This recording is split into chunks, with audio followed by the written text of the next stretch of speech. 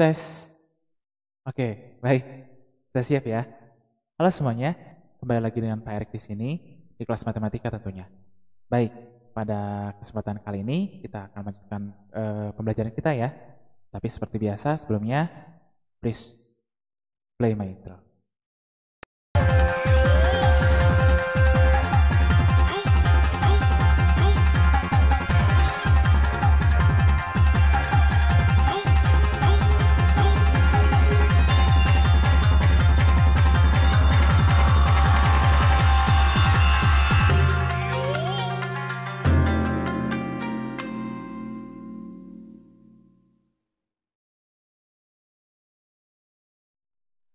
Bilangan rasional adalah bilangan yang dapat dinyatakan dalam bentuk A per B dengan A dan B-nya adalah bilangan bulat dan B-nya tidak boleh sama dengan 0.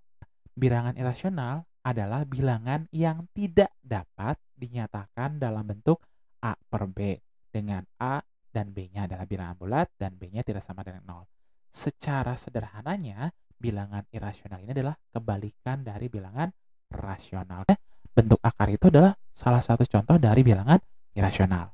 Akar 8 ini kita coba rubah ke dalam bentuk perkalian yang memuat salah satu bilangan kuadrat di sini. 8 itu bisa kita rubah ke dalam bentuk perkalian 4 dikali 2. Akar dari 4 adalah 2. Nah, 2-nya ini bisa keluar nggak? Akar 2 nggak bisa ya tadi ya. Berarti ini akan dia tertinggal di dalam. Akar 2. Nah, inilah bentuk sederhana dari bentuk akar 8. Oke, baik. Ya, pada kesempatan kali ini kita akan melanjutkan pembelajaran kita masih di bab yang pertama tentang bilangan berpangkat dan bentuk akar. Pada kesempatan sebelumnya kita sudah mulai masuk ke bentuk akar ya, di mana kita sudah mempelajari bagaimana cara untuk menyederhanakan bentuk akar. Nah, pada kesempatan kali ini kita juga masih berbicara tentang bentuk akar, tapi kita akan maju ke tahapan berikutnya. Setelah kemarin kita mencoba untuk menyederhanakan bentuk akar, hari ini kita coba untuk bagaimana cara mengoperasikannya, gitu ya. Baik, kita lihat. Oke, baik.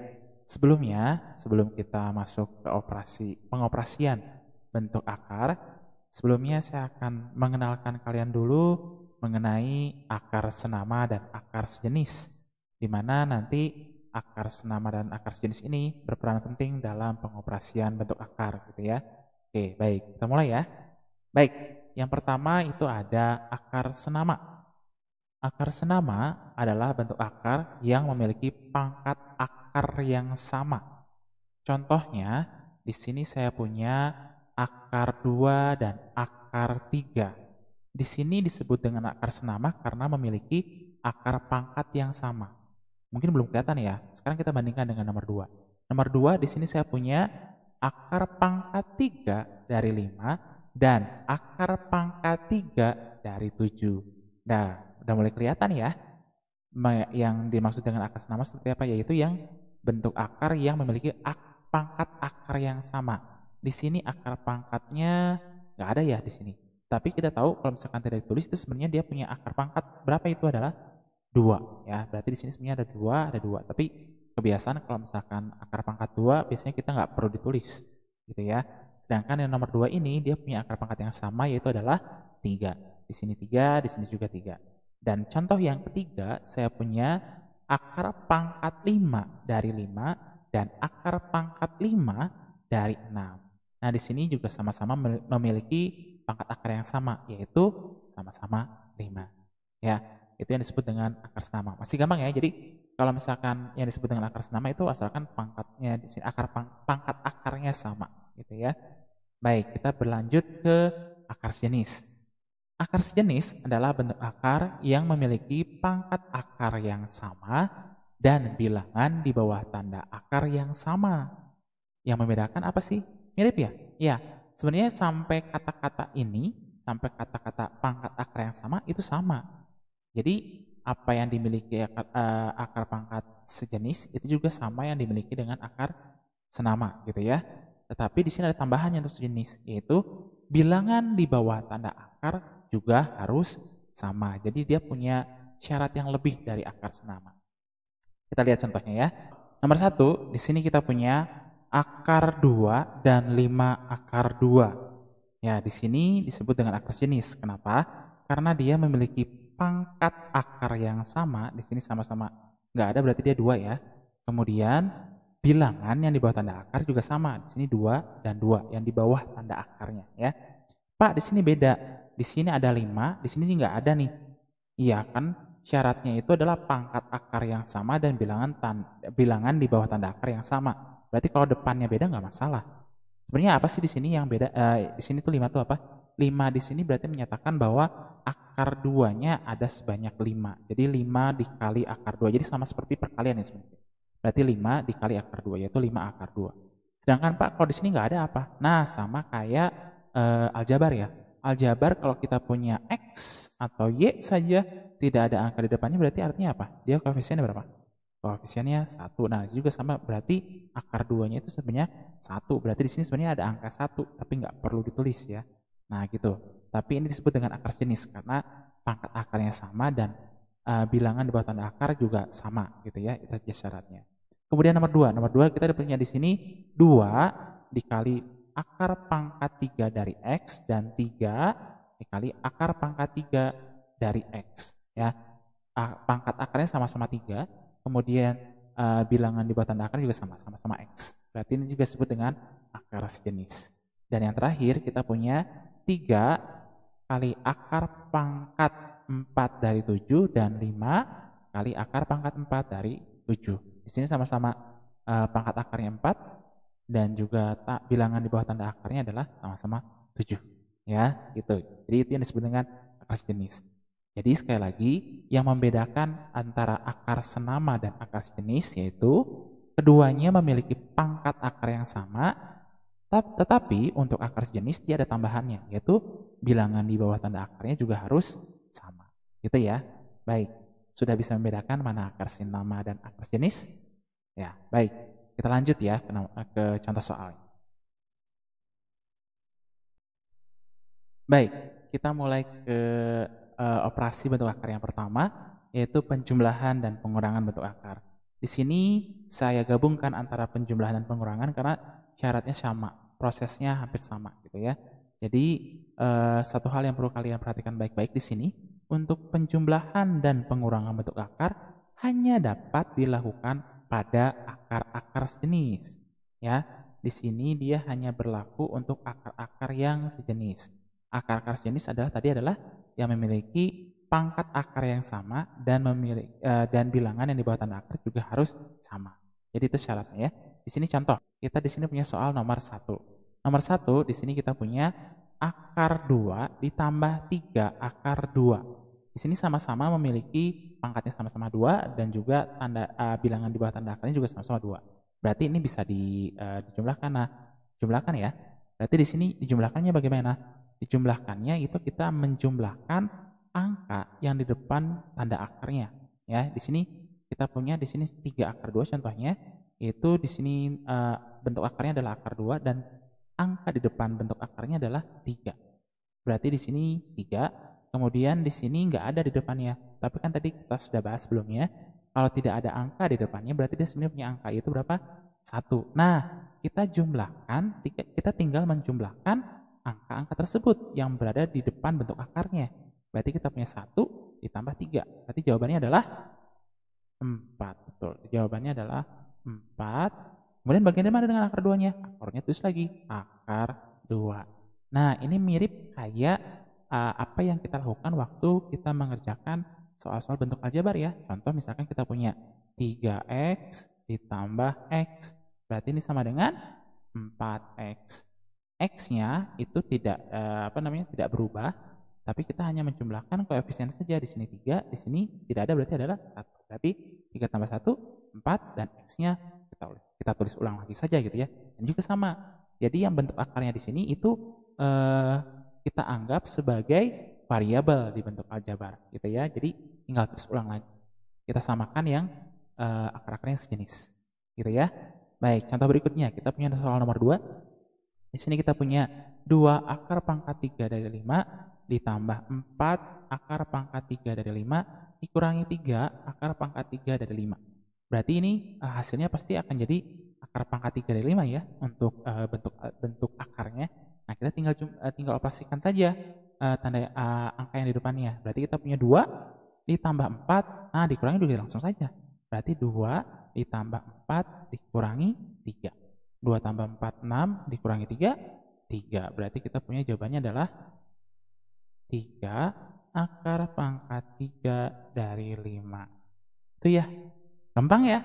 Ya, yang penting tadi kita lihat harus jenis akarnya. Ya, oke, kita lihat. Nomor berikutnya, kita punya nomor 3. Nomor 3 kita punya 6 akar pangkat 5 dari 5 ditambah 3 akar 2 dikurangi 4 akar pangkat 5 dari 5 ditambah 5 akar pangkat 5 akar 2.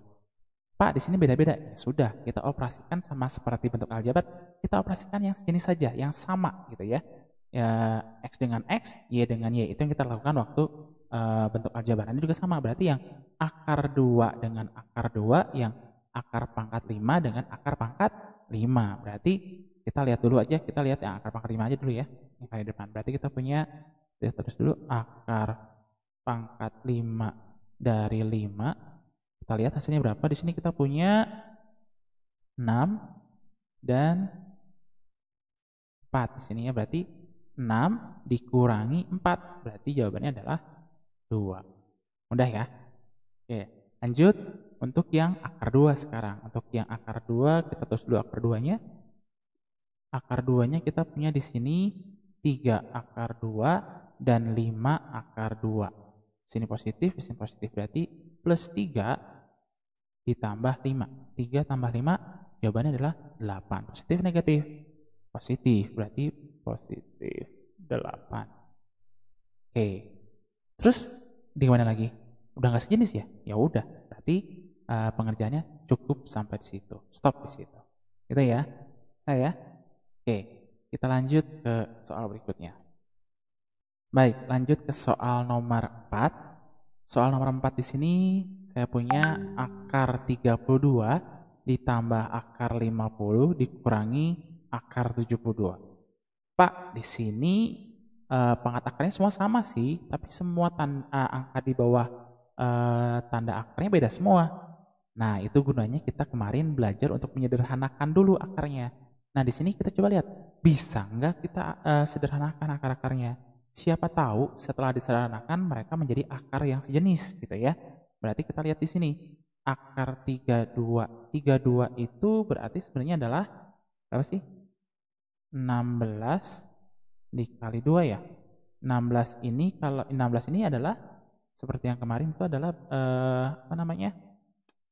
Bilangan kuadrat ya. Berarti 16 diakarkan sebenarnya bisa. Ini adalah 4. Berarti kita rubah menjadi akar dari 16 dikali 2 gitu ya. Kemudian ditambah dengan 50 itu juga bisa dirubah menjadi, saya langsung di sini aja ya. Berarti 25 dikali 2 juga, betul ya? Jadi 25 juga adalah bilangan kuadrat ya, hasil dari 5 dikuadratkan. Berarti nanti bisa keluar juga.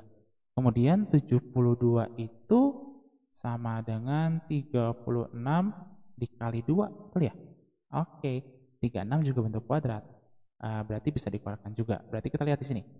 16 itu 16 bisa keluar ya. 16 bisa keluar. Akar dari 16 adalah 4. Berarti sisanya adalah 2. Kemudian 25 juga diakarkan, berarti bisa keluar jadi 5. Kemudian sisanya adalah 2. Dan yang terakhir 36 juga bisa keluar. 36 itu adalah 6 dikuadratkan, berarti jadinya 6. Keluarnya diakarkan 2. Gitu ya. Berarti setelah kita lihat, setelah disederhanakan berarti ternyata jadi sejenis. Akar 2, akar 2, akar 2. Pangkat akarnya sama dan angka di bawah tanda akar juga sama. Nah, berarti bisa dioperasikan. Ya udah, kayak biasa aja. Berarti ini sama dengan semuanya akar 2 ya. Kita tinggal lihat angka di depannya. 4 tambah 5, 9. 9 dikurangi 6, 3. Positif ya. Gitu, bisa ya. Oke, lanjut lagi. Lanjut lagi ke soal yang nomor 5. Nomor 5 kita punya 27. 27 kira-kira dirubah menjadi apa? 27 itu bisa kita rubah menjadi 9 dikali 3. Betul ya? Ya. Kemudian 50 itu adalah sama kayak ini berarti ya. Kali 50 berarti 25 kali 2. Kemudian 18 itu akar 18 itu adalah 9 kali 2. Betul ya? Kemudian akar 75 itu sama dengan 75 itu adalah 25 dikali 3. Gitu ya? Oke, sekarang kita coba cek. Kita keluarkan lagi yang bisa diakarkan. 9 diakarkan menjadi 3, sisanya juga dalamnya adalah 3. Kemudian 25 itu keluar jadi 5, sisanya di sini kita punya 2 di bawah akarnya. Kemudian 9 sama, kita bisa keluar 3, sisa 2 di bawah tanda akarnya. Kemudian 25 itu jadinya adalah 5 akar 3. Gitu ya. Oke. Nah, sekarang di sini kita lihat ada tidak akar yang sejenis yang bisa kita sederhanakan lagi, kita bisa operasikan lagi gitu ya. Ternyata ada di sini ada akar 3 temannya dengan akar 3, dan di sini akar 2 dengan akar 2 juga gitu ya. Berarti ini bisa kita operasikan. Oke, kita mulai dari depan ya. Akar 3 dulu. Akar 3 berarti di sini 3 dikurangi 5. Ini dikurangi karena di depan 5-nya ada pengurangan ya. Berarti 3 dikurangi 5 berarti jawabannya adalah negatif 2. Enggak apa-apa. Terus saja dulu, berarti hasilnya adalah negatif 2. Kemudian di sini kita punya yang akar 2, negatif 5 ditambah 3. Negatif 5 tambah 3 punya utang 5 dibayar 3. Masih utang dong ya. Berapa sisa utangnya? 2. Berarti masih negatif 2 akar 2. Gak apa-apa depannya negatif juga kan, bilangan juga dia negatif. Sama seperti ini juga. Gitu ya. Baik. Oke, baik. Untuk materi kali ini saya cukupkan dulu sampai situ. Nggak usah banyak-banyak. Yang penting kita pelan-pelan tetapi kita bisa memahami semua materi yang saya berikan. Gitu ya. Baik, untuk selanjutnya silahkan kalian coba lagi, kalian pelajari lagi dengan latihan-latihan soal yang sudah saya berikan. Ya, tetap semangat dan apalagi ya, tetap sehat. Oke, sampai ketemu lagi. Thank you. Arigatou gozaimashita.